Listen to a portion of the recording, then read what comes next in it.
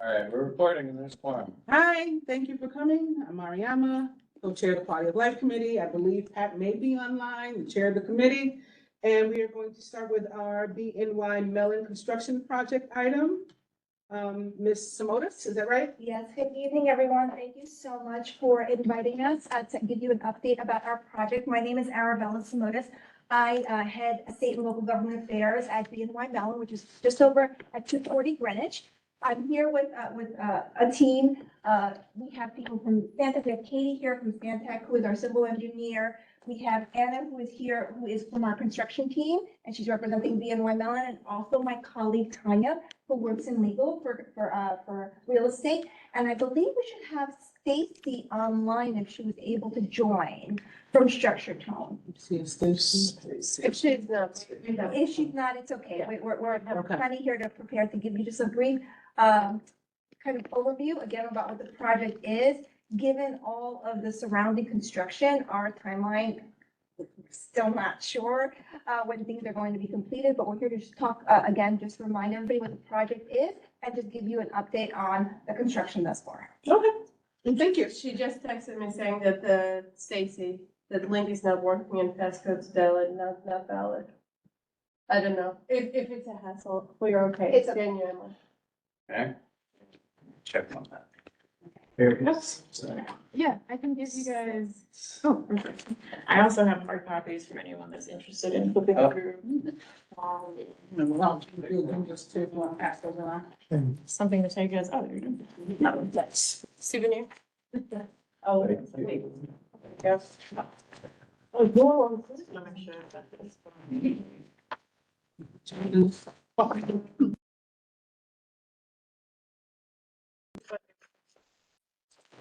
Thanks, but, one, here?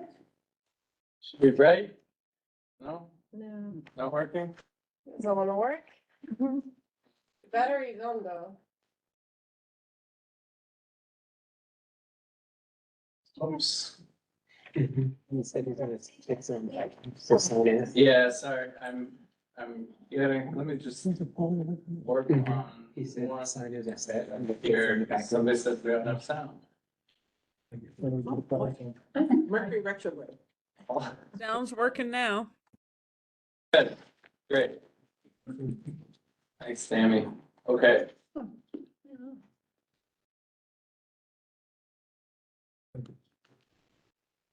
Oh, got it. Yeah, you can proceed. Okay, awesome. So this is the same presentation we did last year. This is just a refresher for everyone. So it's a green space improvement and security enhancement project. The site's located at Bank of New York Mellon downtown. You can see the location map right here. So yeah, focus on working. all right, just tell me. Sure. So this is the site plan of our existing conditions. As you can see, right now, it's predominantly all just sidewalk, hardscape. There's a few above-grade planters, and as you can also see, there are currently no, oh, so we're ready to be closer, maybe? Maybe, it's connected there. Do you want to sit here, like maybe close to the owl, so we can do that?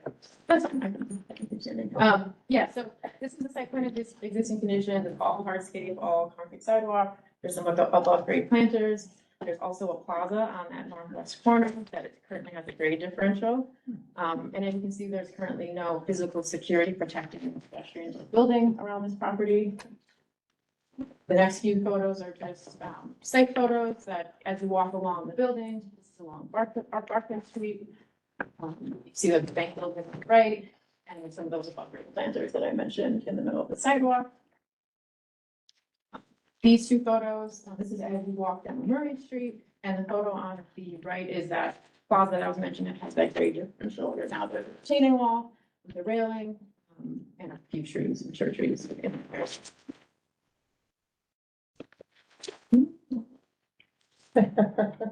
No? No. Perfect. Oh, I think I might have skipped. There we go. So this is our proposed plan view, and you can see we are adding some green space enhancements. You've got some planted seat walls, new greenery around the streetscape, and that plaza on the northwest corner is now beautified with plantings. more seat walls, and then in yellow, there's the secure perimeter that goes both around the plaza area as well as the building, and as I mentioned, that's protecting both pedestrians as well as the bank infrastructure. These are a few renderings that show the proposed design. So this is that planter on the northwest corner. As you can see, we're keeping those existing mature trees in place to preserve them. And we've got some new seat walls in the plaza area and bollards at the curb line. This is a photo of a rendering as we move along Murray Street. We have some new street trees along the sidewalk with the bollards. And some also above grade planters that have some that are dual functional as seating as well. This is a little bit more of a technical detail, but just for those of you that are interested, this is the security bollard like components. So it's going to be a stainless steel cover that's going to complement the existing facade of the building. And this is the last slide. I know I flipped through this pretty quickly, so this is just meant to be a refresher, but this last slide is actually our phasing plan. So work will be starting this spring, and it's going to be moving through summer 2025. So this is just kind of the refresher, just to kind of overall like refresh everyone's memory of what this project entails. And as you can see, it's being phased up in a few different phases because we're working around the block. There's other construction projects going on right now, so we have to work coordinating with that. DOT. Yep. I'm guessing that's why you're here. Yes. I'm Philip Stafford from the DDC Sprint Street Project, so I'm just here to answer any questions between how our job works with theirs, if there is any. Do you already have an idea as to how there will be pedestrian flow during the presidential election? Since this construction is going to be going on, there's Yes, several okay. projects, because right there at Fetterman Hall at the corner is a major Yes. election site. It's a great question. Once, before early voting starts, that coming from West Broadway down Park Place right now is pretty open. So we'll keep that open and then we'll try to just really add extra flaggers or whatever we have to do from early voting through election day. I don't think, the traffic shouldn't be impeded. That'd be great. Thank you. Anybody else have any questions in the room? Meeting? The street trees, who is responsible for taking care of them? Our building is. Oh. The maintenance, so, oh, you mean the plaza? Yeah, we'll have our crew, they are, ABM, so they are maintaining the exterior of the building, cleaning the space, make sure everything is like, there's no garbage, and we pretty much monitor everything once every hour. They do outside walks, if there's snow, they clean the streets, so. Will they be watering the trees? Yeah, of course. Okay, cool. Yeah. Awesome. Does the plaza have hours, like opening and closing, or is it like 24-hour public plaza? That's a great question. The understanding is it's gonna be open to the public. Mhm. We don't have any gate segregation, so I assume it's gonna be open 24 hours. Great. But we definitely, I can triple double check and we'll get back to Okay, you. thank you. Yeah. Questions in the room, Patty? Yes. Question, so how are y'all coordinating this with the PDC? Because the road's already taken up with construction, and now the sidewalks are gonna be torn up with construction. How are pedestrians and the people in your building supposed to navigate that? Uh, And also, are you talking to the food truck people and the newsstand there? Okay, so that's a lot of, questions, but let's take one thing at a time. So for the plaza construction, we're not starting any, if you look at the page that, was provided by Stencing, on a page 10, you have a hard copy that was given up. Sir? Page 10, yeah. Yeah, so it kind of highlights the phasing, and kind of walks you through, the route of how we approach each section. So we're not gonna do the whole construction in one go, obviously, because that will, like you said, from the sidewalk standpoint, that caused a lot of issues. So we have that kind of phased out in a way that we'll be working in each section at a time, so we are not at a construction war zone pretty much outside in the street. If I may, we are very cognizant and we work with DEC, we work with Connex, and we're working with everybody. We have weekly meetings where we understand their schedules, and our we should have been done with this project already, but because the phasing has taken, the project's just take, I mean, it's construction, it happens. We are working around just to make sure that, again, that the community is cared for, that there's not an overload. Because, you know, it's not, it's for the Correct. surrounding community and for our employees, we need to make sure that it's accessible. So is there overlap between construction projects, or are they gonna seal that up and then they're gonna start with it? So, right, if I can, Of course. so, right now, the DC 37 has given us the plaza area, so we're working on that. They have cleared up the section by this area, so we have right now have broken the ground. We're starting and taking apart the section already. We're in construction for this particular phase. In the northwest corner? Yeah. Uh-huh. And also, not only we're in weekly meetings with the DC 37, we're with weekly meetings with DOT as well, where we constantly meet and get an understanding of the delays. So the delays was extended, construction schedule was correct. Right, so, but I guess the question is that all being finished, the road being sealed back up, and then your project starting, or is it being combined? We are not, we cannot start a construction while they are in construction, so we are pretty much following them behind. So he's asking, are you gonna coordinate so that they can leave the ground open, or is it gonna be closed, and are you going to reopen it? In the street, sir. So everything that will be working will be, What I'm really asking is, I mean, the people living around there are living with construction for a very extended period of time, which is gonna be extended by your project, is what you're saying. DOT had an answer from their perspective as well? Yeah, from the DEC side, from on Grant Street, from Barclay to Murray Street, up to BNY Mellon property line, we're doing all of the work. We're restoring the road and everything. When the road is restored and we've done the curb, the new granite curb, which they need for the bollards installation, Yeah. then we will hand that piece of Grant Street off to them. Nothing will get done twice. The only possible thing that can happen is we do not want to pour the sidewalk and just have them rip it up. So we could put temporary asphalt up to their property line, just so they can come and scratch it out and pour concrete. Right, are there gonna be any flaggers or anything? Because right now, that's pretty arid. there are flaggers, even with the DOT, like whatever the construction, I come in every day. There are flaggers that are crossing. They're on their phone every time. At certain times, I mean, it's pretty rough over there.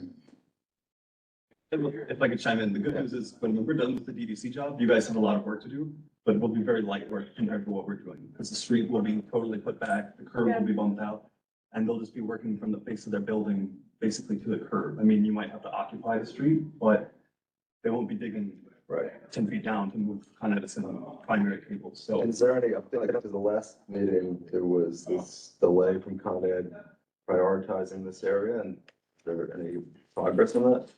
we're working with Con Ed closely, you know, unfortunately, one unknowns when they come here, running into other issues, but I will say Con Ed has been responsive and has cleared our list some. So we still, for completion for the DEC from Grant Street, on Grant Street from Barclay to Murray Street, we still have May of 2025. We haven't had to push our schedule back or anything, but we're always looking what's So, but then this timeline's not realistic, right? I mean, if we're talking about you're finishing May 25 and like this game started June 25, it's getting started right when it's picking up right when this is done. That's the idea. Granite Street, so if you look at like phase Uh-huh. 8 and 9, you'll see that. So, okay, so you are gonna start phase 4 prior to then. We've kind of given, met with Katie and all the BNY staff, and our idea is to let them do as much work as they can that doesn't impede our work, so the overall timeline is lessened for the neighborhood. And that phasing is about the best we can do right now. How are people walking on Murray Street right out while their construction? There's a Right now, crosswalk in there.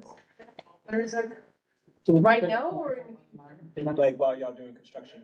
so we'll have, the kind of barriers inside of the street, like, and we're gonna have flaggers, and it will be, there'll be pathway by the stone. So people are gonna walk out into the street? Yeah. And then is the street right now 2 lanes for cars?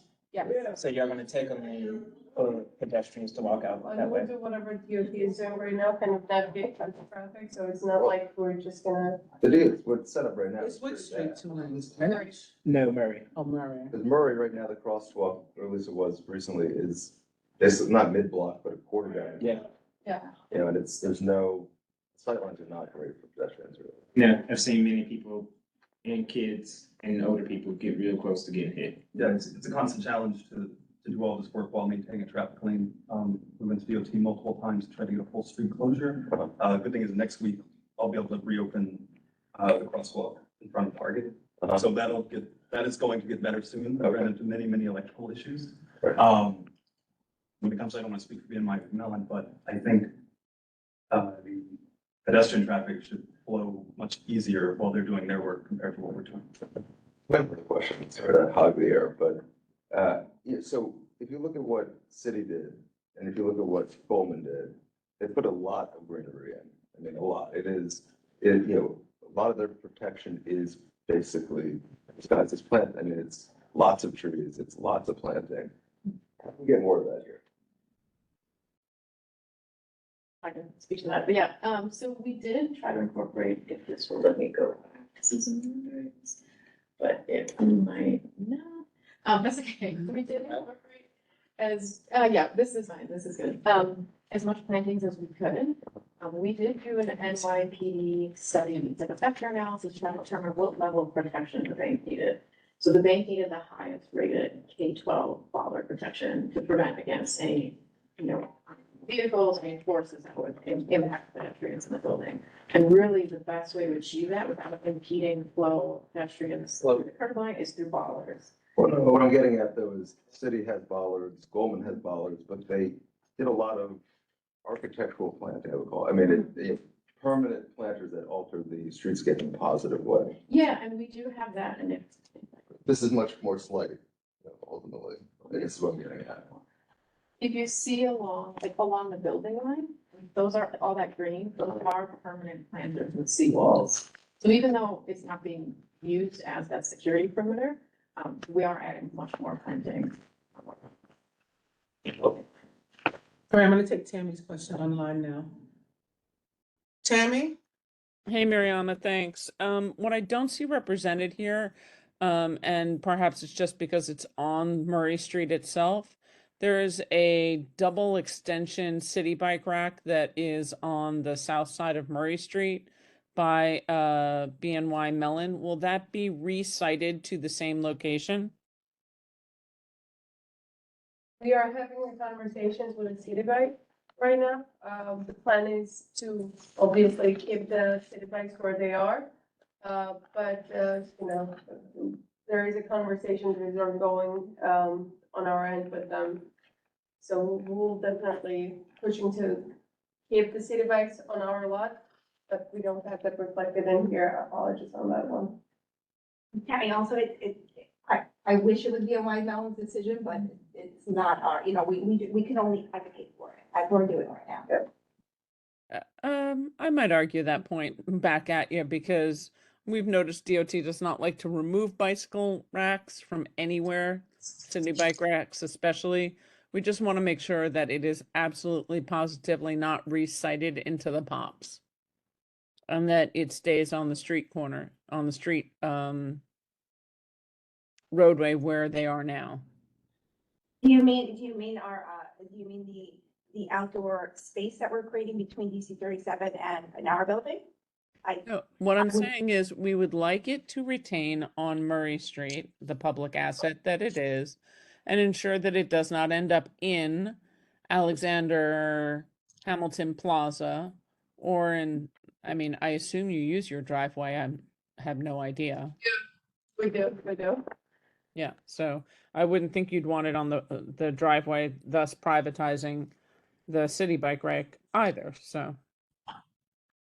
No, we agree. We are in agreement. And again, we will certainly, I'll make sure that we put, again, because it's city's decision, we can only advocate for it if the city's going to make the decision. I mean, this PowerPoint is like just for us. This is not what anybody's working from. So if the city bike is absent from here, that doesn't mean somebody's gonna forget it, right? Exactly. No.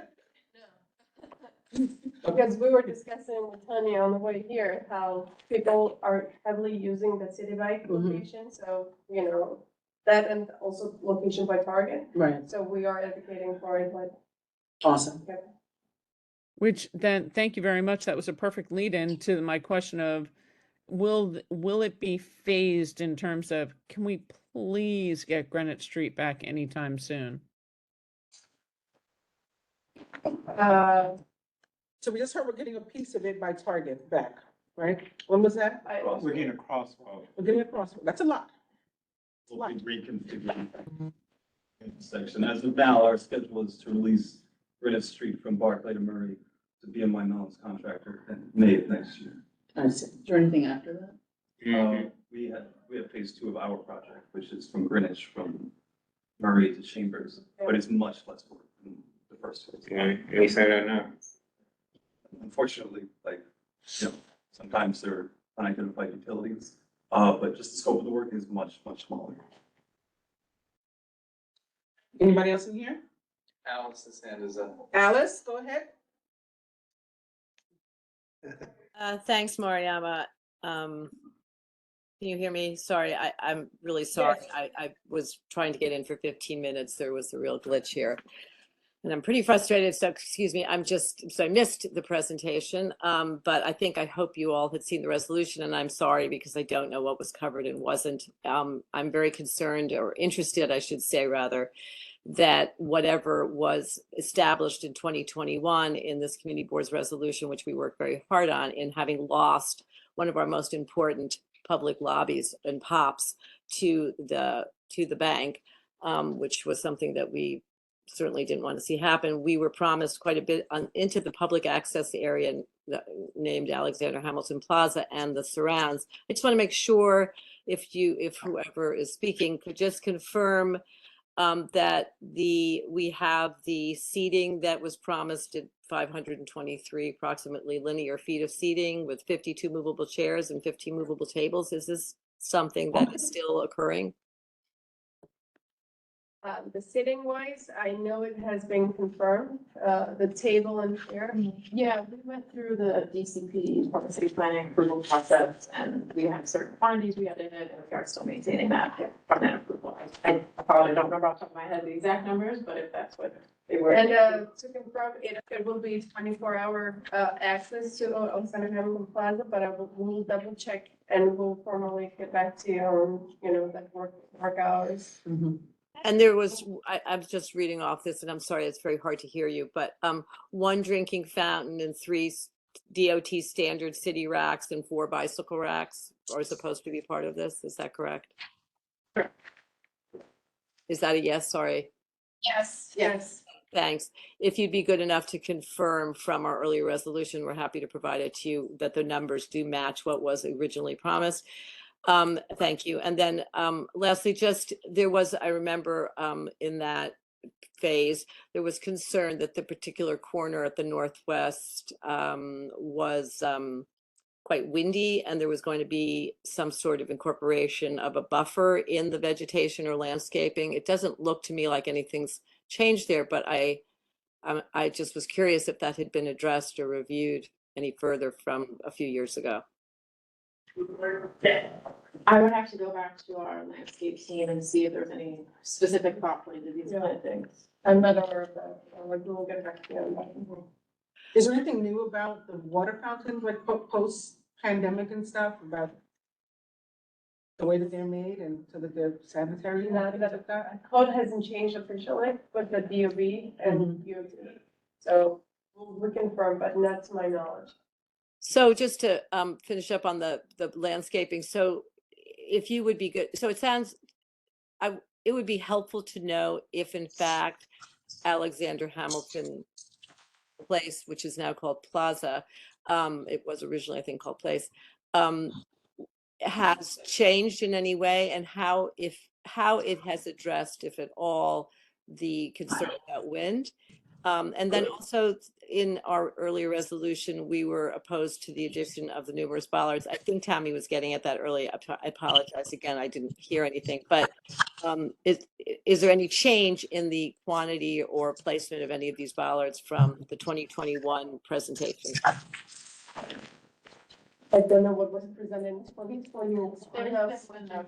Yeah. But my understanding is the quantities have not changed, at least from my understanding as of today.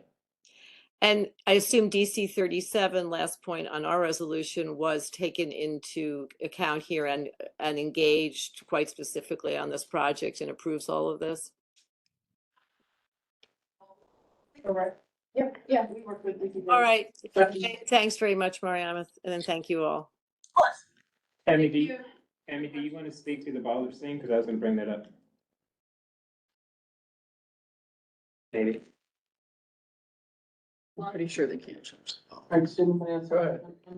So I guess the question, there were two things that came up before, which is the amount of bollards that are there and the type of bollards. Because we don't want to turn into a really, like, it doesn't match the neighborhood. And so the last time we had talked, you all were going to go back and look at the options to, one, look how many bollards are going to be, and then also the type. Because it's starting to look real sterile down here, and that's not what we want. Understood. We had a serious discussion about the bollards conversation and Stacy did, Katie did confirm that, we need the highest, security bollards for the type of the bank that we have on the block. The way we can compensate, have the greenery that we have presented that will definitely bring more warmth to the neighborhood, and kind of offset the quantities. Unfortunately, the way the bank is set up and the use case of the building, we have to comply with, protocols for the governmental entities that a bank has. Because we are a level 1 globally systemic important bank.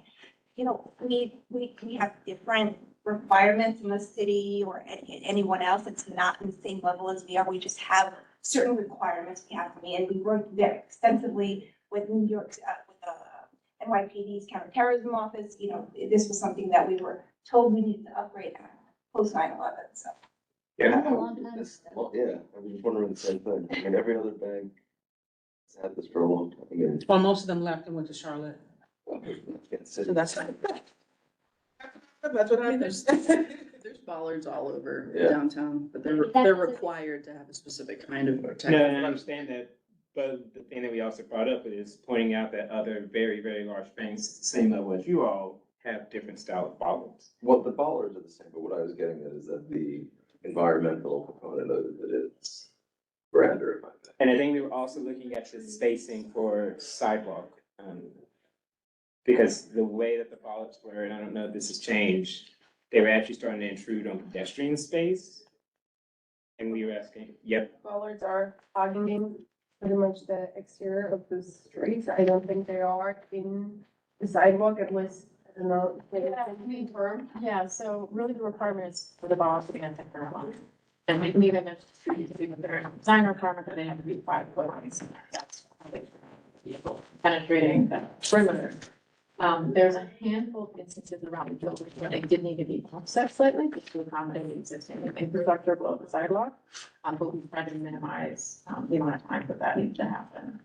So in the cases where they're offset, they are impeding upon the sidewalk. They're just offset, offset for like an existing utility structure, let's say like a manhole cover that couldn't be relocated. But there's very limited instances of that actually. Okay, any more questions in the room? final question, and I'll make it quick and let you go. So back to his point of the tree lining on Murray Street, are y'all adding trees or plants? Yeah, all of these street trees, those are all going to be new along the street. And those planters, those are great planters. Right now, if you walk to the streets, there are no trees. No. Well, there's trees there Yes, planted right yeah. now. Yeah, but Yeah. not nearly Correct. close to what we're What proposing. you're saying is in addition to those planters, there are permanent jutting out from the building. Is that what you were showing in there? Like in the, You're talking about trees? Yeah. So if you look at the rendering, there's.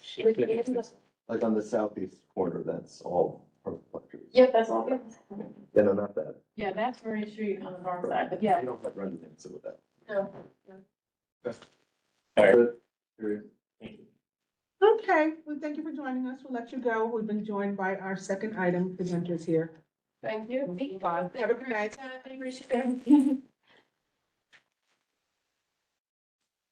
Officer Pullman, Hello. nice to meet you. I'm Mariama. Hi, Hi, I'm Officer Cannon from the First Precinct. pleasure to meet you. Welcome. You're up. Sure, sure. Your pen, Ryan, sorry. No, just presents as like me answering questions. So, I guess I give a quality of life update. One of the biggest things, we've been hearing at community council meetings and just from the general public is the goings on Fulton Street near, Burger King and 7-Eleven, Wayne Reed and whatnot. The captain has deployed, what, eight of our new guys? It depends, fluctuates on the day. Fluctuates the day. So we have 8 of our rookies who just got out of the academy, plus some guys have been there a bit longer, and they're placed up and down the Fulton Street corridor, dealing with quality of life issues, address them as they come, making arrests when necessary. One of the other things, as a matter of fact, when the two of us just came from some of the exterior quality of life issues, like homeless encampments. So as you guys may or may not know, that's not Fulton Center, you mean? Where is that? Fulton- All throughout the precinct. all throughout the All precinct. throughout the whole But I'm saying like we have the foot post down there in Fulton, because I know that's like a big issue. But some of the other issues we're dealing with are like homeless encampments or reports of them. So with our NYPD homeless outreach unit, the way it's typically handled, our 301 complaints are sent through, it gets shot out along with photos, and then we send out like social workers, third parties, and typically NYPD as security, and they address the homeless as necessary. So I think there was a cleanup yesterday. Yep, we had cleanups at approximately 5 to 6 different locations throughout the precinct in different sectors. 3 of the hubs were underneath the FTR by the Southport, the seaport. Obviously, we took a ride back today and some of the individuals are back, but not with all of the property. So, we can ask them and refer them to services. But we can't necessarily force them to take those services. But we can confiscate certain property that they have that is not allowed to be out in the street. So it'll be an ongoing operation. We'll be checking in daily to see what we can offer these individuals, see if we can get them, maybe with the warmer weather, they'll move to other locations. So we're handling with that. The other thing is we've been getting a lot of complaints about ticket vendors and vendors in both the Whitehall ferry terminal area as well as near the Battery. We've been doing joint operations almost every other day with Parks Police, trying to, one, work with the Battery Conservancy, working with who can actually be allowed to vend in the park if they have a specific license to do so, as well as where the ticket vendors are actually allowed to vend. So ongoing operations, we've been confiscating fruit carts, things like that, as well as summoning people when necessary. So it'll be obviously an ongoing process. We've been meeting with some of the big tourist companies that have the licenses that employ all of the ticket vendors. So there'll be a lot more enforcement with that going on, but we're trying to work with them to make sure that everyone's licensed in compliance of where they're actually allowed to be when, what they're actually allowed to say, or we don't want to give false information to tourists about what they're actually agreeing to. And I think a lot of the time these tourists don't speak English, which doesn't help. So, it's not a crime if they're told all of the information and unfortunately they don't understand that maybe they're going outside of the Statue of Liberty and not directly on the island. But we have to make sure that they're not being falsified information given to them of what they're agreeing to pay for, as well as we're going to start enforcement with the tour bus parking. It's creating a lot of traffic conditions, taxis. So our neighborhood coordination officers are really, we're working very hard to clean up some of these conditions going on. Trying to think what else specifically. Do you have any involvement in the illegal smoke shops? Or is that just like the Yes. sheriff and the marshal? Yes, so we do joint operations with the sheriffs. I don't want to give out locations for where we're doing buys, but they are very much ongoing. I know just last week we took a burglary at a smoke shop that didn't have a license, so we're going through the motions of taking, buys at the location as well as doing operations with the sheriffs. We have one on Fulton that keeps boldly reopening. Yep, so again, I can't talk about what specific Right. actions, I don't Of know course. who's on this call, and I don't wanna hurt, impede investigation, but almost every smoke shop location has been brought to our attention at our precinct's community council meeting, so we work with the sheriffs, to give them those. And, you know, at various times, we do conduct investigations. Okay. Also on, I'm sorry. Oh, no. Also on Fulton Street, we've had a number of allegations from our community members and some of the organized groups like Friday Neighborhood Association, alleging that there was like drug dealing at Burger King. And I know that there was some follow-up. I actually spoke to somebody from your precinct about it myself. I know there was follow-up and nothing was found at that time. And then I think even the mayor went and checked it out himself and nothing was found at that time. Can we officially say that there is not drug dealing at Burger King? I or- would never put a definitive statement on it. I would say we've done undercover narcotics operations that have since concluded, so I can now talk about that. Okay. I think it was more in the selling of loose cigarettes and things like that. There are no heavy narcotics being found. If that is seen to be not true by other individuals who'd like to bring to our attention specific locations where they think that drugs are being dealt, we'll reopen a narcotics investigation. That's not a problem. We do, however, we consider our Fulton Street corridor where the main problems are. We go from Fulton Street between Gold and Broadway. So we've been really trying to do joint operations with the actual Fulton Center, which is the transit hub, doing joint operations with transit officers. Just from my own personal observations, I think there's a lot of problems on Fulton Street that actually are separate from the Fulton Center of transit itself. So we've been having foot patrols along, especially near 111 Fulton Street. We've been working, the Fulton Street Coalition was founded recently. Been working with a lot of individuals who, 111 Fulton is across the street where the 7-Eleven that just closed, where the Chipotle is, where Popeyes is, and across the street is the Burger King. We haven't been seeing so much activity in front of the Burger King. It seems that they've slightly moved down the block to the 24-hour Dunkin' at 122 Fulton. And we're in contact with them. Yeah, so I actually just spoke with the franchise. I'm not sure what his correct title is. He's a manager that deals with the different franchises of the Dunkins and the Taco Bells in Lower Manhattan. And he gave us the contact information for his general manager for all of the Dunkin' Donuts in the precinct. So we're gonna view, maybe reviewing with them their hours of operation. I mean, there is a coalition for the homeless across the street that has been there for many years, so I don't, there are some people who linger around the area, which is not a crime. But, tolerating harassing customers or harassing people walking by is not acceptable. So we're hoping that the foot patrols in the area helps offset that kind of behavior. And speaking of that, my last question, at least for now, is there anything that we need to know, particularly the women in the community, need to know, be aware of, be prepared to do in order to protect ourselves against this potential punching and whatever that's going on? We just had somebody, another Tribeca resident, female punched. So I'm going to cut you off. I actually just received, someone sent that complaint to me today to bring it to my attention specifically. Where was that? Tribeca.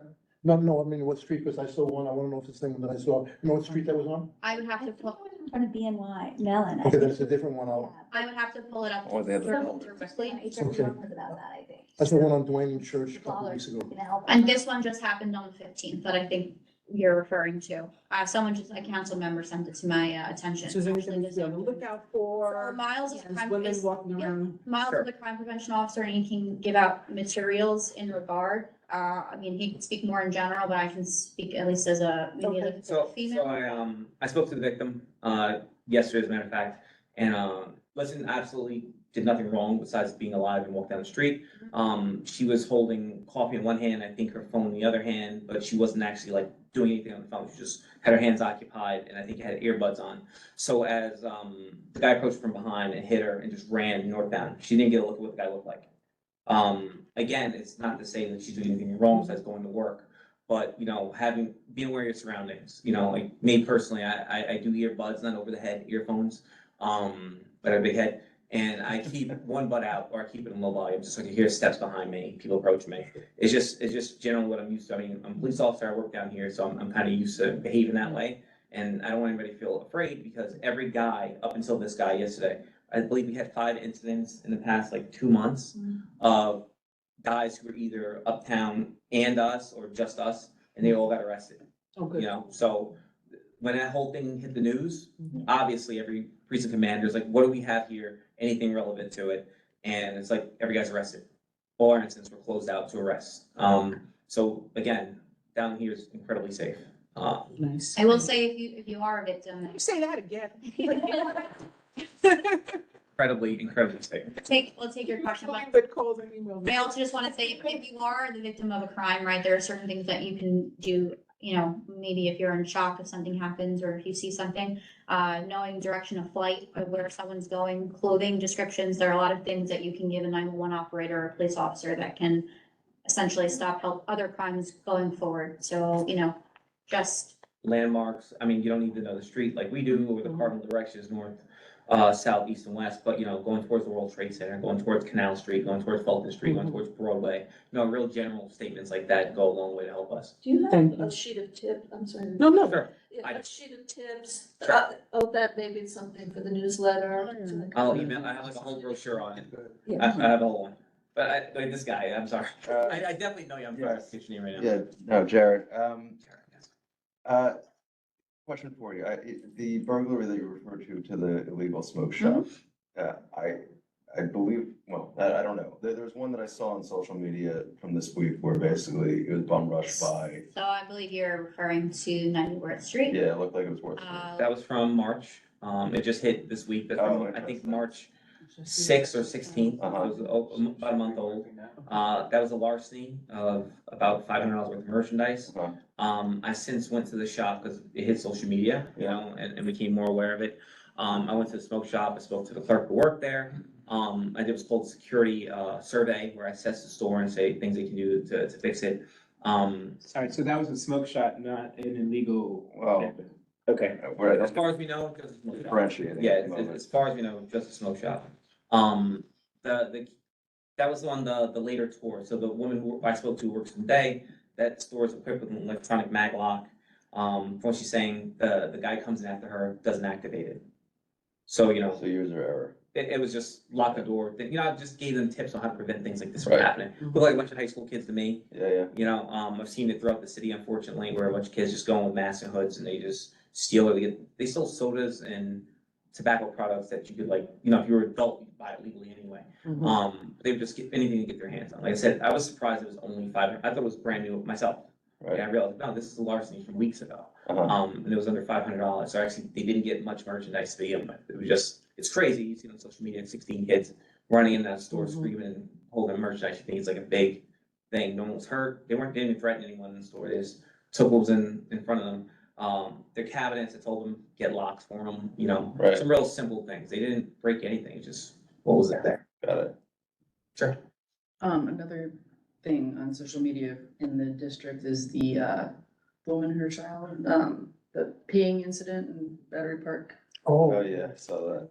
Woman was ticketed for allowing her 8-year-old to pee. 4-year-old. 4-year-old. So I only recently saw this headline actually the other day, and I didn't quite read into it. I don't believe that the enforcement was from NY. Oh, that's Battery Park City Security. It's part. Was that pet like the, Yeah. the massive? They gave her a $50 fine. No, I think it was. It's very. There's no more PEP in Bat, No, oh, it's it Battery, was in Battery this was Park. in Battery Park Yes. proper. Yes. Okay, I'm sorry, I thought you said Battery Park City. And she was, well, she did a $50 fine, which obviously I find appalling because of the situation, but continue, that's what. Oh, yeah, we just don't have a lot of bathrooms and it seems, But it wasn't. yeah, I mean, it wasn't you guys. Yeah. But yeah, it just seems inappropriate for I'm sure that was- certain, The bathroom- somebody that they need to The plan. bathroom was either out of order or locked, It was locked. and she was from uptown, and she didn't know that there's maybe, that there was a restaurant or anything like that. There's like And no way to know The where. the 4-year-old was complaining, I'm gonna go in my Right. pants. Mitch, let's just let the nice policeman, you know, we're all repeating hearsay. Let's just let the nice NYPD answer what they can. So, well, to us, that's a discretionary violation. I think I used my discretion, not wrote a mom or son a summons. I imagine the post, being in the post will make it go away very quickly. We're not gonna speak on another agency's enforcement actions, you know, we can't speak to what they Yeah. saw, what information they were given, so, you know, Okay, yeah. as a citizen, I personally, I do agree with you, but it's, you know, I'm not sure what information they were given, what was on scene. It's not our agency, so. Yeah. I'm not sure, you know, what appreciate exactly was issued, so we can't really speak to it. Sure. Okay. You have a- Yeah, there's two things. There's one thing, getting back to the incident of a couple of, men hitting women. I actually, like I said, it's a couple of weeks ago, it was on Church and Duane. And at first, me and a few people that were about a block and a half away heard somebody screaming, "Leave me alone." It looked like we weren't sure that it was not a couple having a fight. When our street sense realized it was a stranger, there happened to be an NYPD like traffic car that was like on the corner, and I raced up to them and says, "Oh, across the street, across the street." And it was like they didn't want to get like involved. And finally, me and another person kind of almost had to like force them, not when I don't force a cop to do anything, but make it like he had to go. So then they kind of took their time and went across the street. So my first question is any NYPD, whether it's that a traffic enforcement car or not, are they supposed to help if they see something in progress? As far as you're talking about traffic with white hats, correct? Like the traffic enforcement agents? They weren't, it was in the car. It was like NYPD. No, I know, it looks, our cars look identical, except it'll see traffic across the car. So assuming it was that, Yeah. Are they? So those guys, they have a duty to call the police. Like Okay. that's it, as far as, to physically interfere or disrupt the crime, I don't think that's part of Okay. their job description, so to speak, but they are supposed to call us. Okay, okay, thank you. So, but the second thing is, I'm on the trains all the time, and it seems that there's zero enforcement of, I'm not talking about service dogs, I'm talking about pit bulls and. Dog's not in the, was it Yeah, I not mean, dog in the bag, I think you're supposed to do. This was like in Columbus Circle, in middle of the afternoon on a weekday, and it was really crowded. But there's nobody around there because everybody was crowded out there. And I see this happening more often. Mhm. And I'm not against people taking their service dogs, obviously, but I'm seeing this a lot. And with zero enforcement, there had to be about 10 cops on the floor before he came up by Columbus Circle, like, big by the gates and everything, and there's zero enforcement. I know it's coming from up top, what you guys accentuate or not. So if you can just maybe give some feedback, maybe try to have some enforcement, at least when, people bring, their dogs, like they go to the park, pit bulls, German shepherds, whatever. Sure, I mean, I just wanted to show you no, that. absolutely.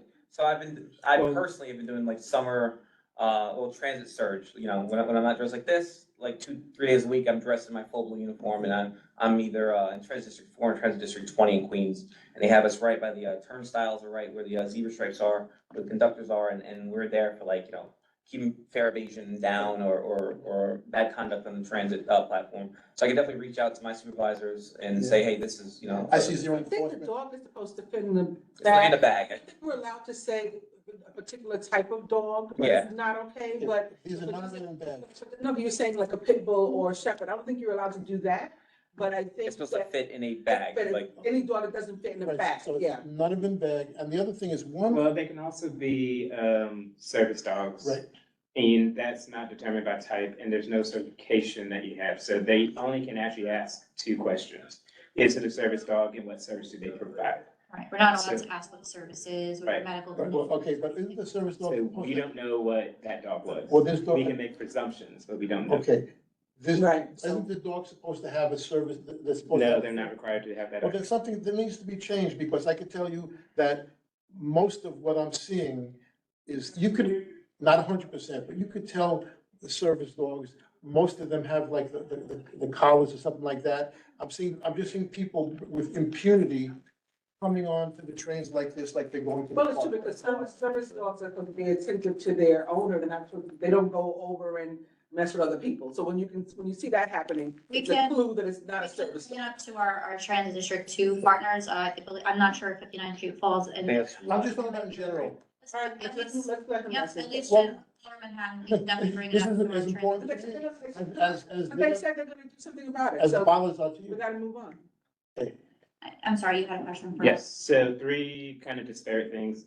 First, for the battery park enforcements with the ticketing. Yep. Something else to, I guess, be aware of, because I go over there, is that the people that are not supposed to be there, honestly, the thing I see happening is they're right there at the entrance of the park, and now it's because of construction, very limited, and they are stopping people saying you can't enter if you don't have a ticket. Yep. And again, a lot of these people aren't speaking English, so they don't understand, and it's gotten really wild. So when it comes to something like that charge called fraudulent accosting, like when you do that, like a lie about where you can and can't go. Again, like Taylor said, we need a victim. Our victim would have to be this foreigner, you know, who realizes they're a victim of a crime. I've arrested people in Battery Park over the years for fraudulent accosting inside my charge, but it's a little tough to get someone to say, hey, this guy swindled me.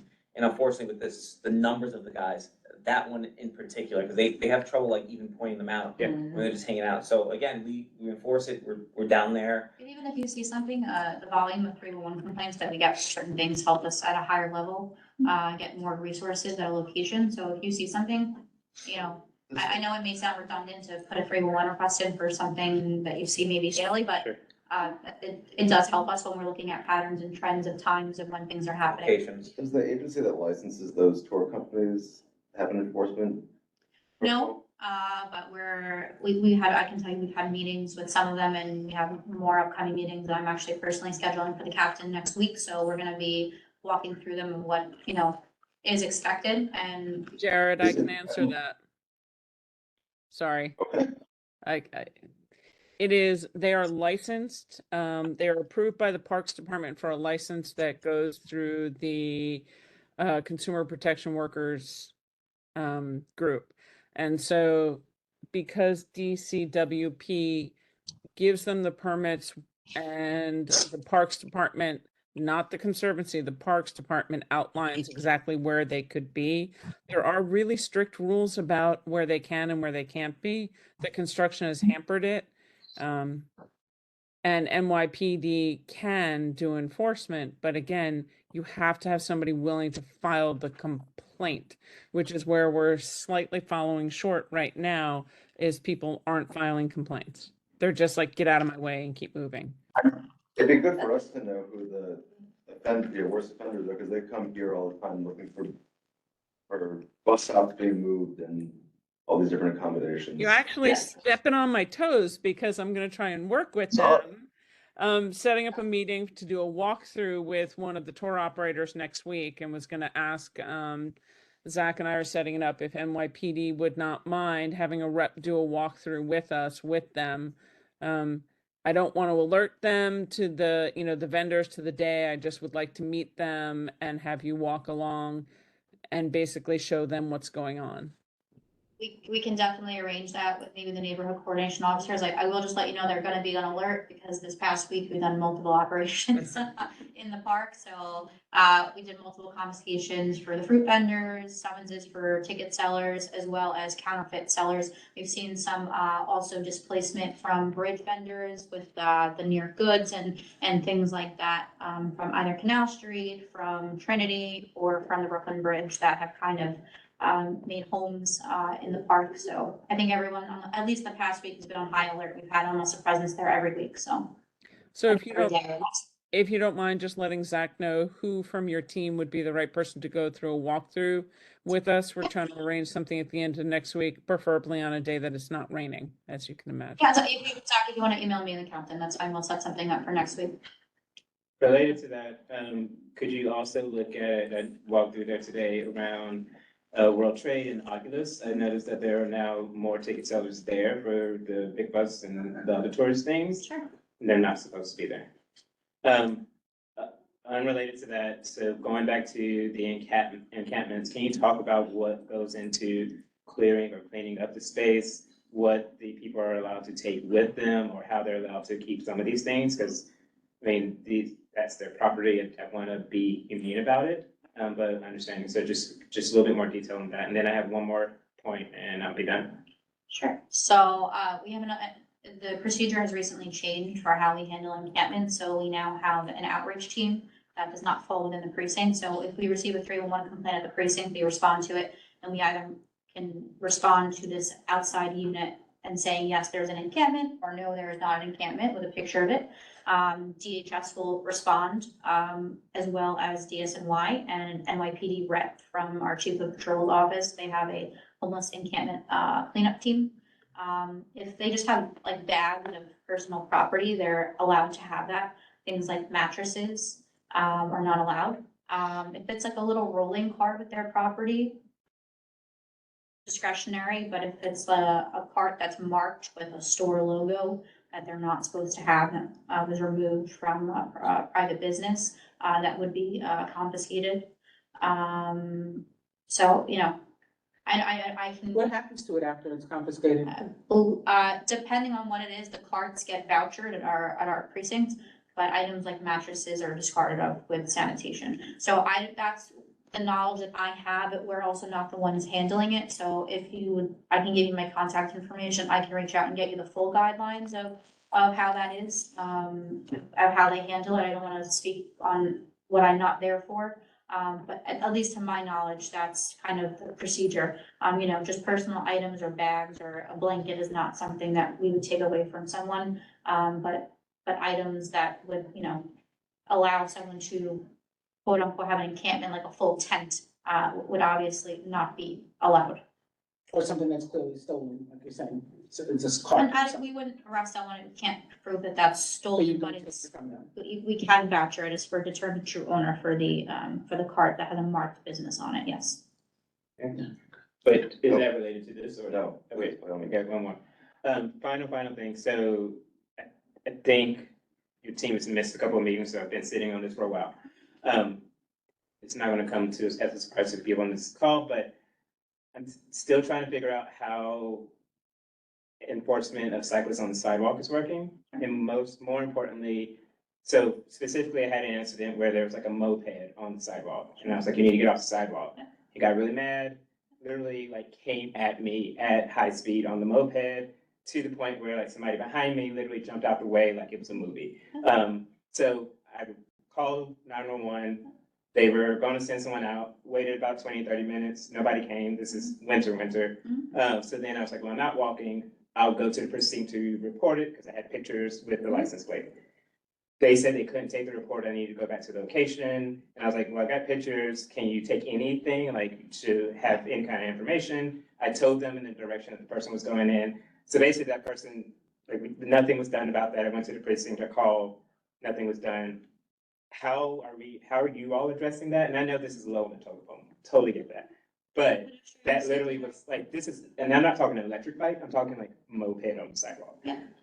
How are y'all thinking about this? So we've been doing citywide operations, so, obviously, we have traffic safety officers who pick different locations depending on, collision prone locations or 911 or 311 calls of parking on the sidewalk, bikes on the sidewalk, mopeds on the sidewalk. We have been doing a lot of confiscations recently. They recently changed the legislature that even if it's an electric scooter or moped, as long as it has a VIN, it's supposed to be registered with a plate. And a lot of these bikes that are unfortunately driving on the sidewalk are not registered properly, so we're able to summons and confiscate them. I know we've been doing some outreach as well with delivery, stores with their delivery workers, making sure that they know, unless you're walking and you're making a delivery at a store and parking it on the curb line, it should not be driven on the sidewalk. But 911 calls are helpful for where we should do enforcement. If you have a specific location where you're seeing it often, if you could provide it to us, I can give it to our traffic safety team. That's the. Is there a difference there between confiscate and impound? Confiscate kind of sounds like you don't get it back. So if you have a title for it, we can voucher it as determined true owner, and it gives the vehicle operator owner who has that title. You okay? Yeah. Obviously, but I just trip over. You'd have a certain amount of time that title owner could go get their vehicle registered. And as long as they return with proper registration, that can be released to them. However, if it is one, stolen, they're not going to be getting it back. And two, if it's after a certain time period, it does go to our pounds, where they would not get it back. We have a finite space in our courtyard, so we literally fill up the courtyard with e-bikes and mopeds and whatnot. And, people have come, they'll come to the plate and they'll get their bike back and leave with their title. But again, this guys haven't stolen or have no capacity to do it. I mean, the first precinct has a DMV. I've been on these operations she's talking about where we're like, you know, you have no plate, we're gonna take your bike, you're riding an unregistered vehicle. And the guy's like, I'm on my way to DMV over there. I was like, well, if you knew the DMV is over there, why do you have delivery with you right now? Yeah. So it's like a game where Yeah.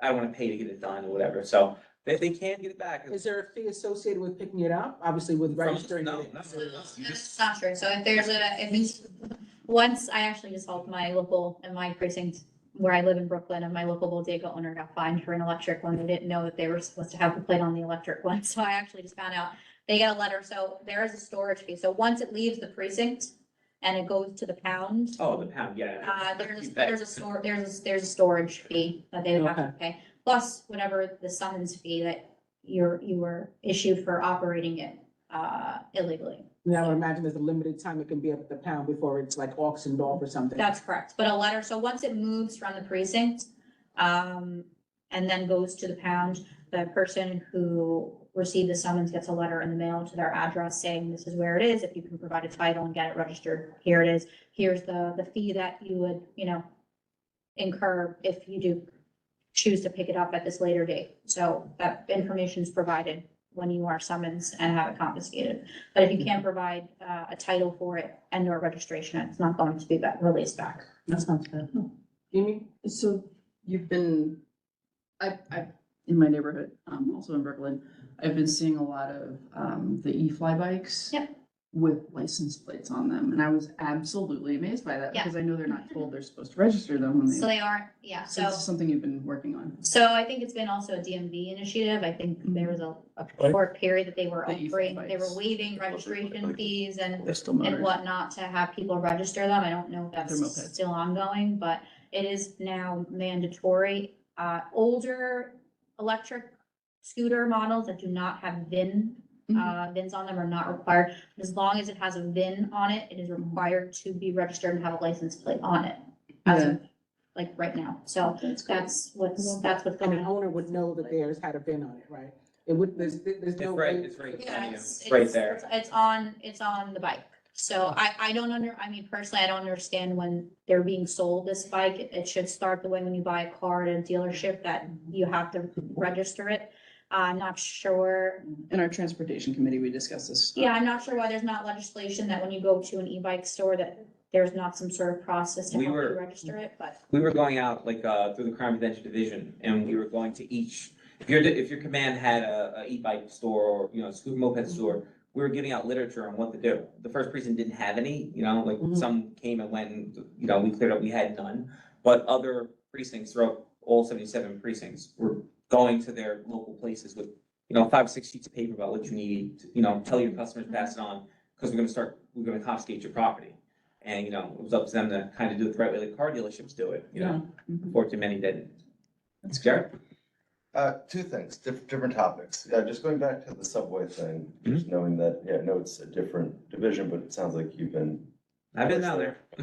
So, like I heard on the radio a couple weeks ago that they did Chiefs on the Trains, where they had some of the Yes. high-ranking officials on the Yes. trains. And I remember hearing that, I thought, well, you want to see what's going on, just sort of look around, right? It's every time you take the train, you see something of, a quality of life issue. And, a couple weeks ago, one evening, I saw a train that just got off, every single car had somebody sleeping horizontally across benches. Like, I know there's a lot of press about it. I know that there's a surge of officers, but even something like that is so commonplace. Like, So like when it comes to, we're considered Controlled Services Bureau, PSB, and transit bureaus, like you said, different branch. Right. But when PSB goes into transit, I've done this, I think 7 or 8 times at this point. We have a big roll call, we stand out there, and the sergeants and lieutenants tell us exactly what we're looking for. You gotta go down to the platform, you gotta make sure there's no one outstretched, that's what we call it. No one's gonna be outstretched on the platform. They're gonna be told, to either sit up, catch the next train, or, we can eject them from the subway system. And every time I do it, I go in and I've been pretty fortunate. I've had no one that I need to eject for that. I've had people maybe set up camp, I guess on the overnight, I'm doing the day tours, Yeah. and we clear them up, and then we're we're, on the cars themselves. no, I know, that's what I'm saying. But So you can sleep in the car. Not- well, you can't be outstretched. You can't be outstretched. Oh, No, you cannot be outstretched. I mean, I've slept on You're it. not supposed to. You're not supposed to. Talking about You're not supposed. horizontally. Yeah, you're not supposed to put your legs up on the chair. So I know they're telling us, like, make sure people are not outstretched and occupying, space on the platforms. What happens with the, transit district, I'm not sure exactly, because I haven't done their roll calls, but it has to be the same thing. I'd assume it's like we've all seen, like, maybe early mornings, you know, these guys who are there from the overnights, that's where it happens. I'm not quite, I can't 100% say what they're being told, but if it's anything like they're telling me, it's the same thing, guys. Are you seeing it more on a specific train line? Because we could bring that back to our train line. I mean, I've seen a couple things at like the Canal Street One station, because it's not that heavily trafficked at all. I mean, it's sort of just not that heavily trafficked. It's, there's a couple things that were undesirable, let's put it that way. Well, whenever we're on the platform, we're standing in a specific spot. It's where the conductors Right. interact with us, where the zebra stripes are. Something else you could tell people, you know, if you want to be as safe as humanly possible, stand where the conductor is, zebra stripes on the platform, that's where the cops are. They do announcements where we are. I have had a couple of incidents where the conductor said, hey, I'm having an incident on the train. I think one lady had a medical emergency, she overheated in the morning, Yeah. and then we go to that, and then one guy was being erratic, and by the time I got to the end of the car, he just walked off. So if the conductors are there and they see one of the topside cops or transit cops there, they can alert us and say, hey, these guys are laid out, they're outstretched. But I think a lot of times they probably are just moving, like, you know, as long as the guy's not a problem, they leave it alone, you know? But we're there, if they tell us, or if we Right. see it, we deal with it. And then the other thing, which is not related in its topic, that I think you know that I brought up a lot, which is the area right near your precinct. Yes. Related to the traffic, and not really just the traffic, but the unmanaged aspect of it. And so we actually had some folks from the Brooklyn Tow Pound at one of our most recent meetings, and they put us in touch with the traffic operations office somewhere in the 30s. And we got a traffic enforcement agent back out there at the exit one of the Holland Tunnel, which has been helpful 3 days a week. But what we also had, and part of what led it to that, was situations where it's so unmanaged that fire trucks literally had to park on the west side of the street to walk over to an incident on the east side of the street. And so just, you know, I know Captain Rosenthal knows that it's a intense desire from the community to have some enforcement actions to try and measure. And so my question is, I guess more pointedly, at Broome Street and Thompson or so, the traffic division, which I recognize is separate, has 3 or 4 mobile enforcement officers who actually have enforcement power out there with mobile scanners issuing don't block in the box tickets at that one particular intersection. How do we get that to move around a little bit? So I can definitely ask. I know we had a meeting earlier this year, I'd say maybe January or February, with the traffic managers. We don't actually, we have traffic officers who are NYPD officers who are Right. part of our traffic safety team Sure. that we deploy. As far as actual traffic agents, we do not have any control over Sure. their deployment. We've met with our management team, and like anywhere else, they have a lot of personnel shortage issues. Sure. I know even the traffic agents that are right by the tunnel exits and entrances, some of them don't have enforcement powers, right? There's different levels of traffic agents.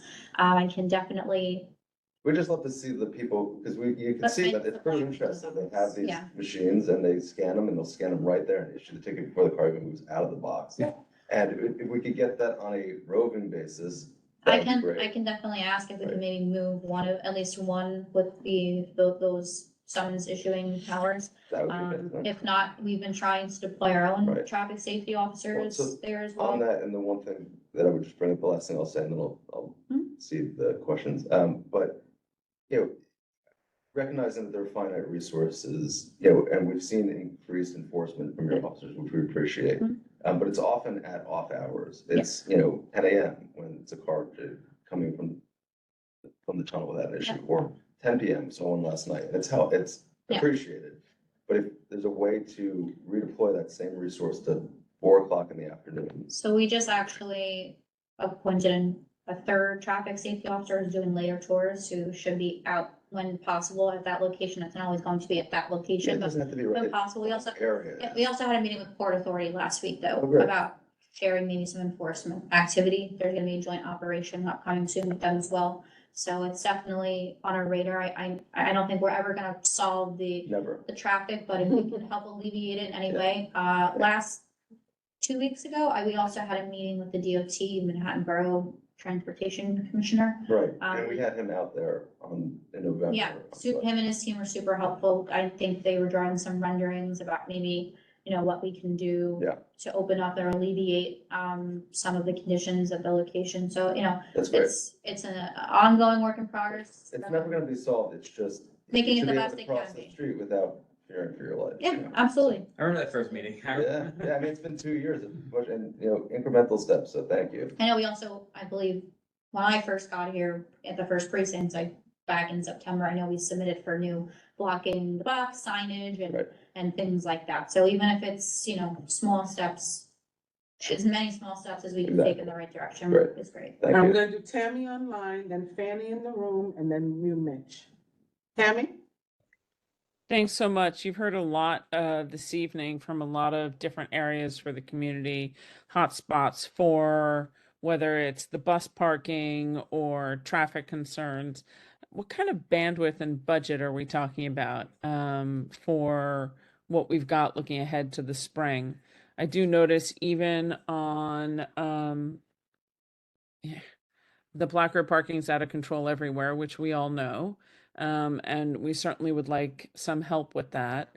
We'd also like some help just reaching out, and Nick knows this, and so does Captain Rosenthal, to the multi-agency task force that's at Vesey Street. To get contact there if you can help us. I'm putting it out there in the meeting because we really need to reach them.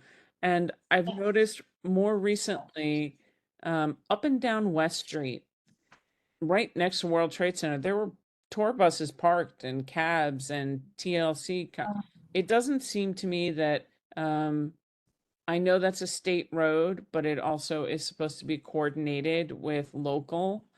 And the traffic in and around the lower Greenwich area, Battery Park City, and just north of the World Trade Center site has been insane with double parking, trucks everywhere.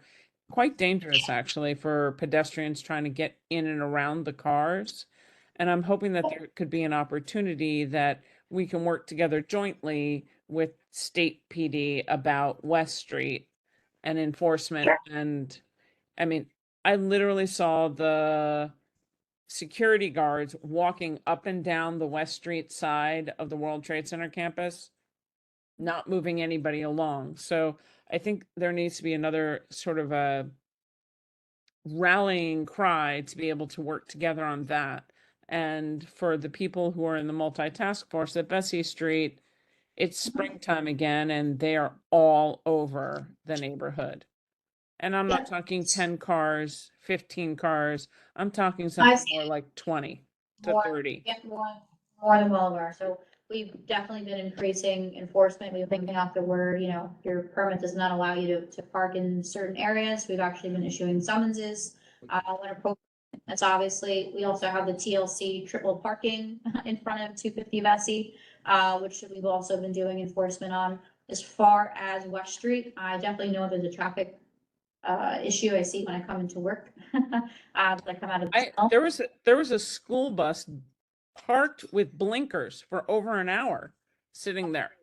We can definitely check in with Port Authority as well as the World Trade Center NYPD commands to see maybe if they can help us with some enforcement. Tammy, if you want to email me maybe specific times or days that you see that it's occurring most, maybe we can set up a joint operation or something like that to kind of set the tone of what's allowed. Is that bus running, Tammy? Pardon? The bus idling? Oh, yes. So, vehicle idling and 911 call, we can definitely always check it out. But I can definitely see, I mean, they have their own command at the World Trade Center, so we can definitely check in with our counterparts there to see if they can help step up enforcement, especially just this very sensitive security location to have buses lingering around, so. Well, that's what they tell us. And I'm just saying every day there's at some point either buses or trucks or vans double, parked on West Street. So I'll definitely bring it back to Captain Rosenthal. So we'll take a look at it. thank you. The idling is a separate issue, because that's, I don't know if the police get involved with that. with We can issue diesel fuel. summonses for idling. Fanny, I'm sorry. My name is Fanny, and I'm from Assemblymember Gracely's office. So we've gotten quite a few complaints, about the noise issue, that's over on Beekman and William because of the parking lot right there. Okay. Especially in the morning. I guess it's because they're backed up, so the cars are there and they're causing the traffic. There's a congestion right there, so people are honking and everything. Okay. And I know that I spoke to Nick about it, and he at one point was telling me that they were putting traffic agents there to sort of give tickets for like people that are like not moving or try to direct the traffic. So I'm not familiar with that. It's very possible. I cannot speak. I don't know what Nick has reached out in regard to, so I'm not gonna step on his toes, but I can definitely bring up and follow up with what action has been taken for that. And we can definitely put in for, excessive honking signage, at least at the location. I'm not sure, not that the sign's gonna stop someone from doing it. But, if, these are 311 and 911 calls as well, that will help us get the resources that we need, right? So we have a lot of calls at a specific location, even if it's our counterparts at traffic, we can forward it and say, look at the volume or the increase from last year to this year in this period. We need resources redeployed here. Yes, and it's also like it blocks like emergency vehicles sometimes, so Okay. it makes the noise even worse. Yeah. So, it would be great if you guys could, Is, what was that specific intersection? Beekman and William, right around the corner from the hospital. Got it, okay. Yeah, and it's also because the other parking lot, had to collapse, so. Yeah, that really jump started that I've been here for years, so I'm like, I noticed the same exact thing you noticed. Yeah. And then with the firehouse right there and the hospital, and then like the road's worse because of the garage collapse. Yeah. And it's construction too, yeah. Mhm. Mitch, yes. Just two quick things, to give you a specific location, it's been going on for a couple of years now, on Church between Reed and Duane, there's a Domino's Pizza, and then, there's another, the Indian, a restaurant next door. That little restaurant. Right, brawl right, there, yeah. and so there's the Domino's is the main culprit, and then there's another one, also, one or two doors down, and they're constantly, more so in the evenings and night, when there's a little less people than during the day, but for people that work in the evening or come back in the evening, they're speeding for years now, all electric vehicles on the streets, a block or two before they get to their location. Sure. And then sometimes, you have to kind of You're look talking before. about cyclists. Yes, Cyclists, electric, like, Yeah. similar to what you were saying. Yeah, Well, yeah, you were yeah. saying about the moped, but. Yeah, no, I agree. Right. I just clarify. Yeah, Domino's is like I think it's like 3 locations, when we did this outreach But with the this one- e-bikes. Yeah, no, I've been there, I've visited them in regards to the e-bikes actually, because they're one of the few businesses that aren't like farming out through Uber Eats, they have their own in-house Right. delivery team. So yeah, I'll go back. And, talk to and, you. and when you kind of turn the corner, you kind of have to wait till you get to the corner because they're like zipping. Sure. The other thing is, you might have answered it before when you're talking about, I was always wondering, like, when I was growing up, Mhm. cops were, they were going through the cars and, even in those days, a single cop going through the cars. Now I just see the cops bunched in one spot. Where? But you said that there was a reason because so you can be where the conductors are Maybe on the going. train. Oh, in transit? Yeah. Subway cars. The Sure, subway yeah. cars, I'm sorry. Walking through the subway. Right, so the thing is, I can understand that you wanna be where the conductor is, but I see on more occasions than not, Mhm. there'll be a group of cops in one spot the whole time, and very rarely do I see like a couple break off to, You have a station you're talking about? in all over New York. I'm on the trains in all areas.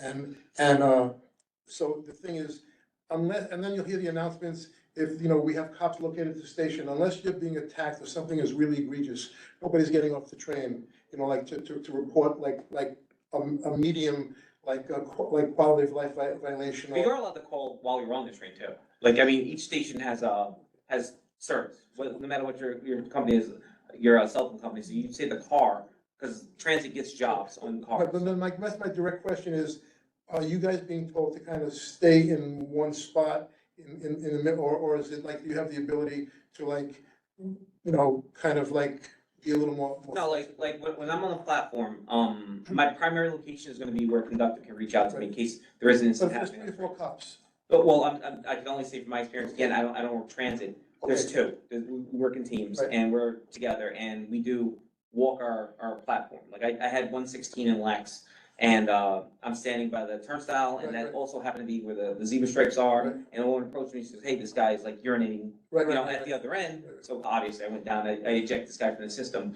and then, you know, this station was brand new to me. Right. I did realize, you know, getting used to being transit after being a patrol services cop for 7 years, that I gotta kind of keep my head and look down. Sure enough, I look down when the train, when everyone disembarks from the train, I see a kid about to start tagging a wall. Right. So obviously, you know, I learned my lesson and I moved up and down my platform for the rest of my tour. So yes, we can and we should, you know, leave our spots, but we are gonna kind of sit in one spot for the MTA employee to be able to reach out to us, be it on the moving train or sometimes by the booth. I just want to add too, we have our community council meeting next Thursday, April 25th, and normally a Transit District 2 representative is at that meeting. So if you're available and you'd like to come speak with a transit, And just to relay the, you know, the general messages that I think walking through once in a while, that helps deter a lot of other things. Thank you. absolutely. Anything else for the officers? Thank you. Thank you so much. Thank you.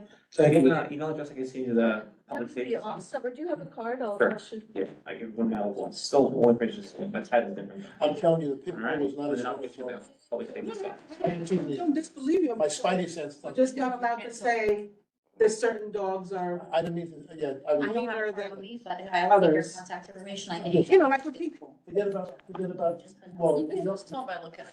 This person looks like you a. might leave me on. Yes. I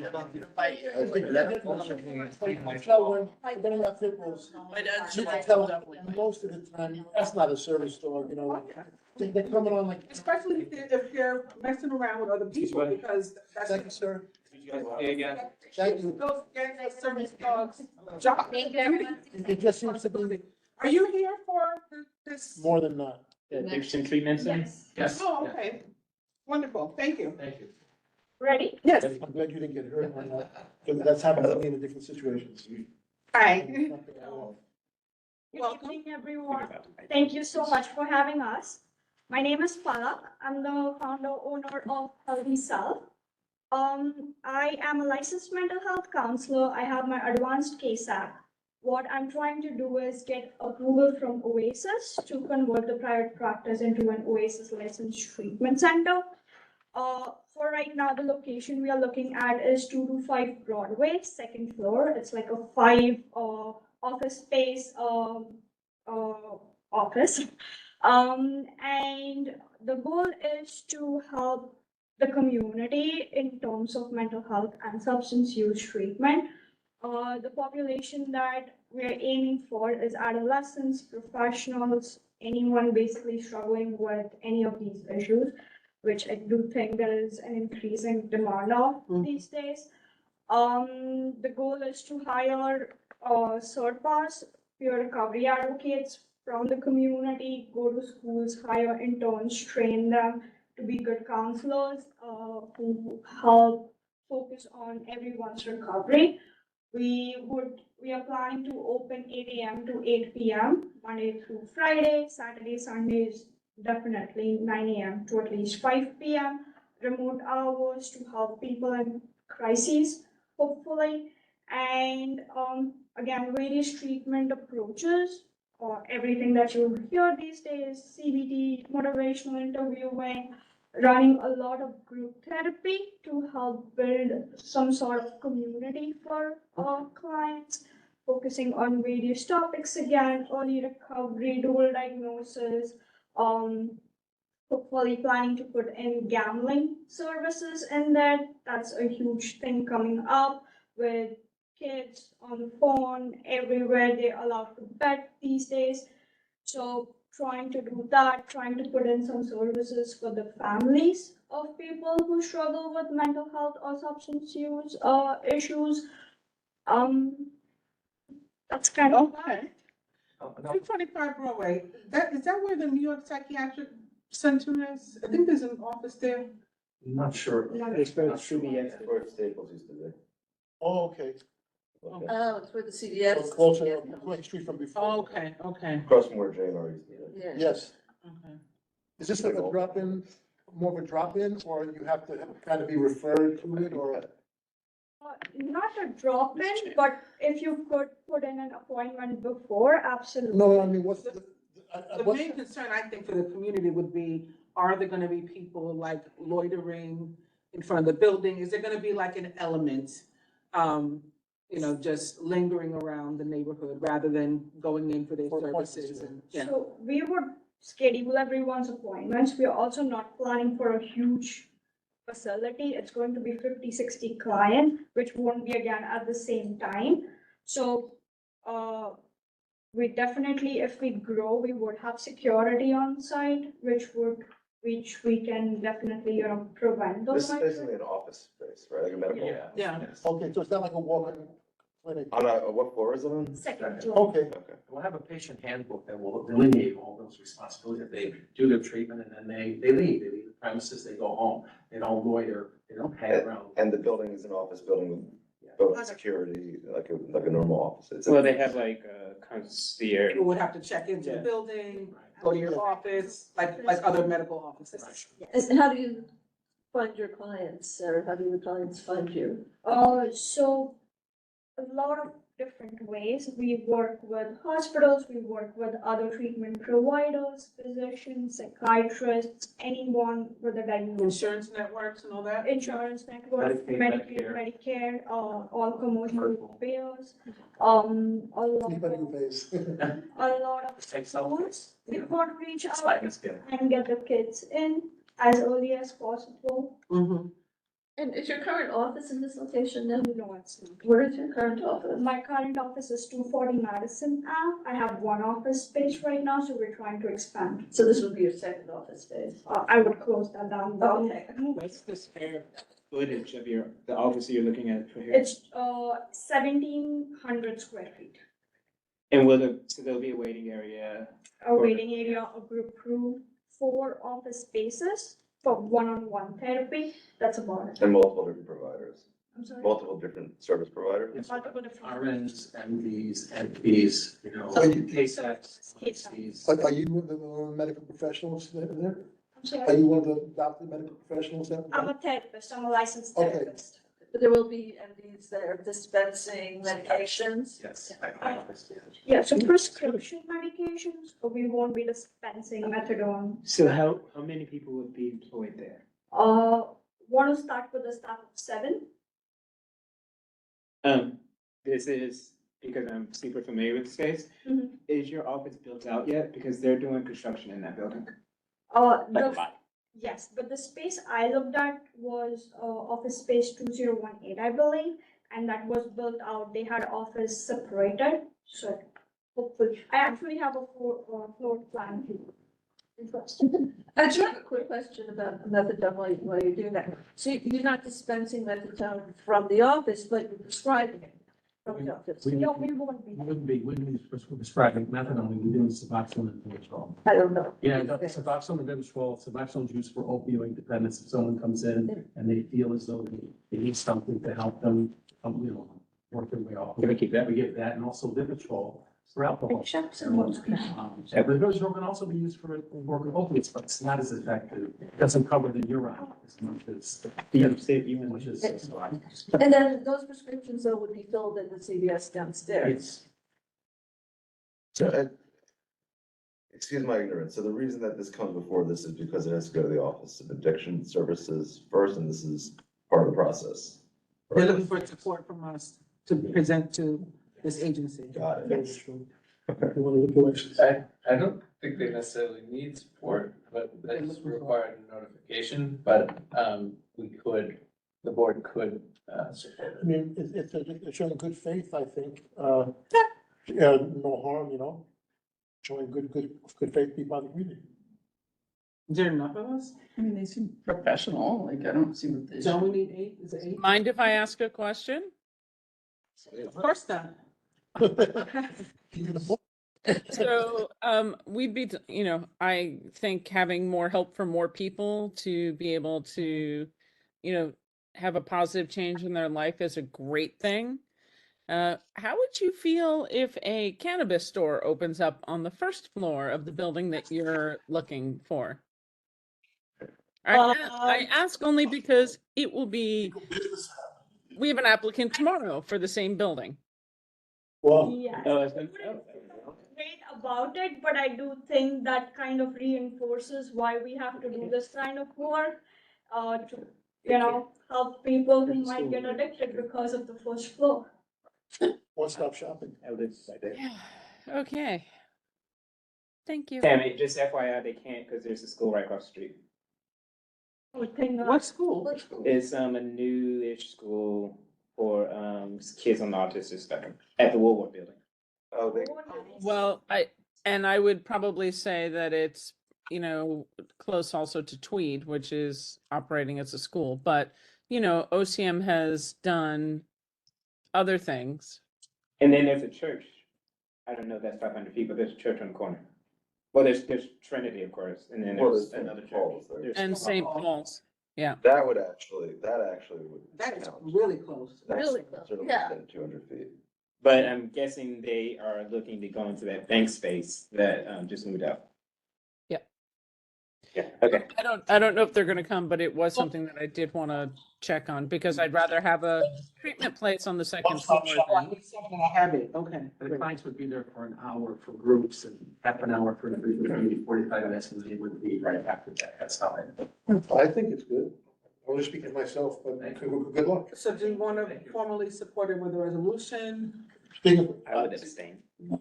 I would vote for it.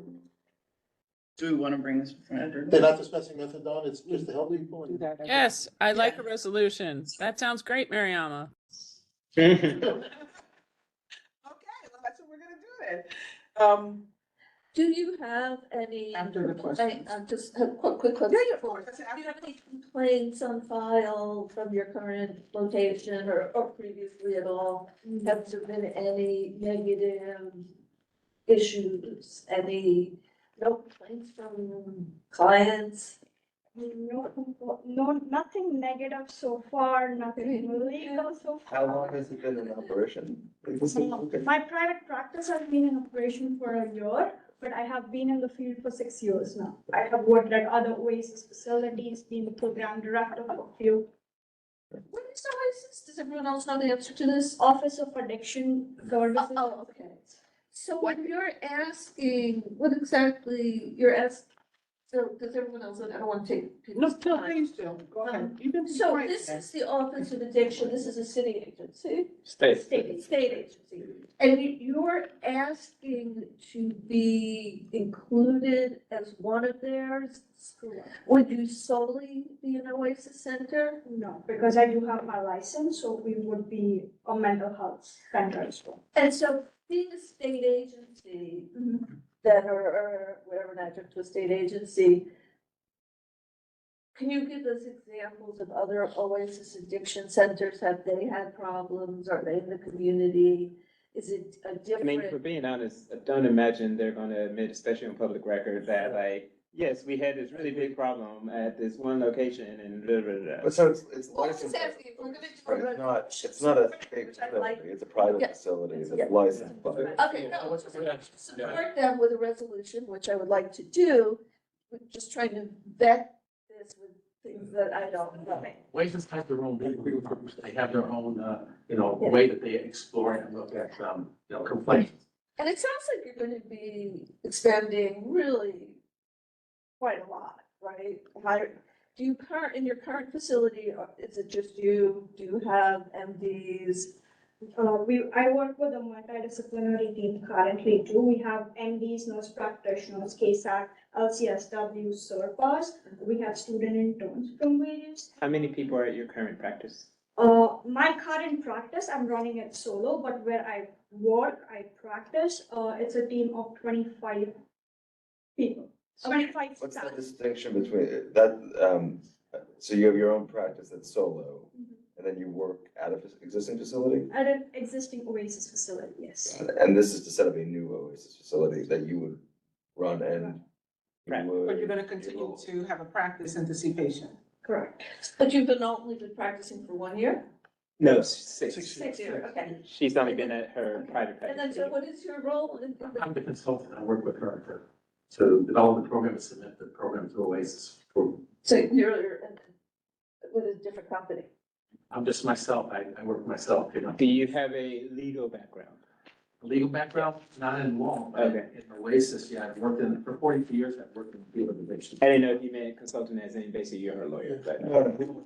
I would, you know what I would think, maybe one of the questions, I would think they have a private practice, and now by getting this approval to be part of Oasis, it just increases, now the state can refer their own patients to them, which increases their business. Yeah. That, but when somebody's going from a solo practitioner to starting a large, business on their own, they're gonna be hiring MDs Right. and people, and will be leading this business, Right. that's a huge change. Right. So this is different What I would say than what is, you're saying. I'm not saying that's a bad thing, I really encourage female entrepreneurs. I mean, so this, Successful, but, it's not nothing that you're undertaking, it sounds like, the state obviously has their own process to actually vet and Oh, yes. the application and whatnot, but I would say if for all the issues that are rooted in mental health and addiction that we are experiencing on a daily basis here, I think a facility coming to the area is a good thing. And especially not a giant state-run clinic, it almost seems like it's a boutique, like Oasis. We just Just conjecturing, we don't know, they're gonna be sending state patients to that, so I wouldn't necessarily. But they come from a private practice, I have a good feeling about this one. Thank you. Well, but it's tougher, but I don't, maybe I'm not saying my judgment. I didn't know what to It's say. not based on feeling, my judgment wants to be based on that. Maybe I'm misunderstanding. Is it gonna be like at least in a way, like a satellite office of this state agency? No, it's gonna be a separate, it's an Oasis 822 outpatient program, that's what it is, it's a separate program that Oasis It's allows. the program. It's It's a- not an extension of the agency. Okay, I understand. And then the approval, Justine? that the support you would be looking for us is not to open this, but for Oasis to use. For us to show that we welcome you to. Yes. To the company. Yes. And also for us, you're welcome to. Okay. Yes. Justine? Thank you so much. I appreciate it. So no, I think this is a wonderful attempt and I personally welcome you to this neighborhood. I think it's a great idea. So as I'm listening to this, and I apologize because sometimes the sound is coming in and out. I apologize for not being there in person, but it sounds like you're moving your practice from Midtown or Madison Street to downtown, and you'll be expanding by having, you said 7 employees when you first start. How many clients, patients do you expect, or will you be transferring? Do you know? We'll be transferring 10 clients, maybe not even that, but in the first year, we're just hoping to serve about 50 people. That's wonderful. Thank you so much. I think that we were talking about doing a resolution. Can we get some parameters? We're looking to approve this. Is that the idea? Yeah, I think it would be something simple to the, I don't think they need to the effect that, no, they don't need approval from us. Put it together in a. But No, support, but right? Yes. a So supportive something resolution simple to the saying, extent that we welcome this type of Facility. facility Facility, in yeah. our neighborhood. Yeah. I think that's wonderful. I call the question. Yeah, we have a good, We have a second? Yeah, second. We have a second from Mimi. yes. So any objections to this? Abstentions? Thompson abstained. Thompson? Recusals? Then it is otherwise passes, right? Yeah. Mine, Tammy? Justine? No, I'm good. I approve. I'm good. I'm all for it. Thank you. I don't know if my vote counts because I'm not there in person, but I support it. Thank We're you. good.